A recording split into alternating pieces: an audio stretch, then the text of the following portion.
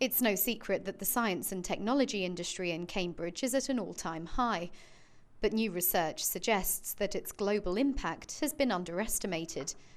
Building on the research from their first book, tracing the history of the city's science and technology boom, authors Kate Kirk and Charles Cotton have released a second book, Cambridge Phenomenon Global Impact, highlighting a new phase in the cluster's growth.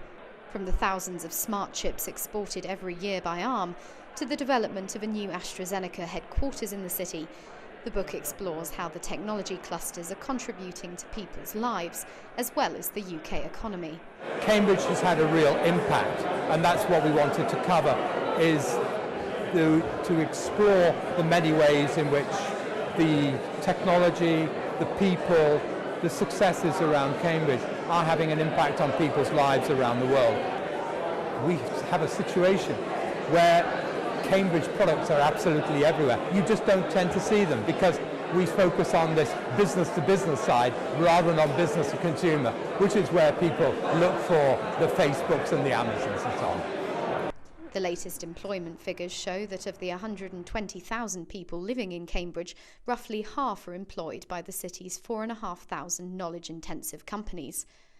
But unlike the national average, Cambridge startup companies have a far greater survival rate, with 80% still going after 5 years.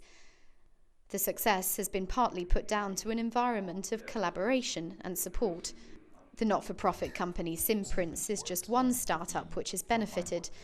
After 2 years of mentoring, it's been able to launch a new product to help improve access to healthcare in remote areas of Nepal. I think it's amazing how closely knit this community is. So for us, we are working with a variety of tech companies here in Cambridge. Especially we had a very close cooperation with Redgate as well. And we get engineers from the whole community coming every Monday to volunteer for us in the evenings. And it's just my experience is that you can call up anyone and any company in Cambridge and they'll meet you for a coffee. And that's how most partnerships start. If we were in London, this would not be the case. And Cambridge startups are now attracting investment back into the city. Multinational companies buying up Cambridge startups are now starting to move their own operations and people into the city. We do have a misperception. People say that British companies, they start up, they have a good idea, and then they get bought by somebody else, often in America, and taken away and we lose everything. But what happens in Cambridge with this brain gain and with what I call sticky acquisitions is that companies come here and they may buy a Cambridge company, but they stay here and they grow it and they create more jobs and they create more technologies and it just keeps feeding and feeding and growing. So it's very exciting. 1 minute, starting now. That was the experience of Cambridge company Evie. After launching a new artificial intelligence program in 2012, it was bought up by Amazon, which went on to set up its own research hub in Cambridge. We had a number of acquisition offers. Amazon was one of them. One of the good things about what Amazon's done is that they bought the business and they've kept the team in Cambridge and they've invested heavily further in the city. So Amazon now has a big development centre on Castle Park. There's a full building.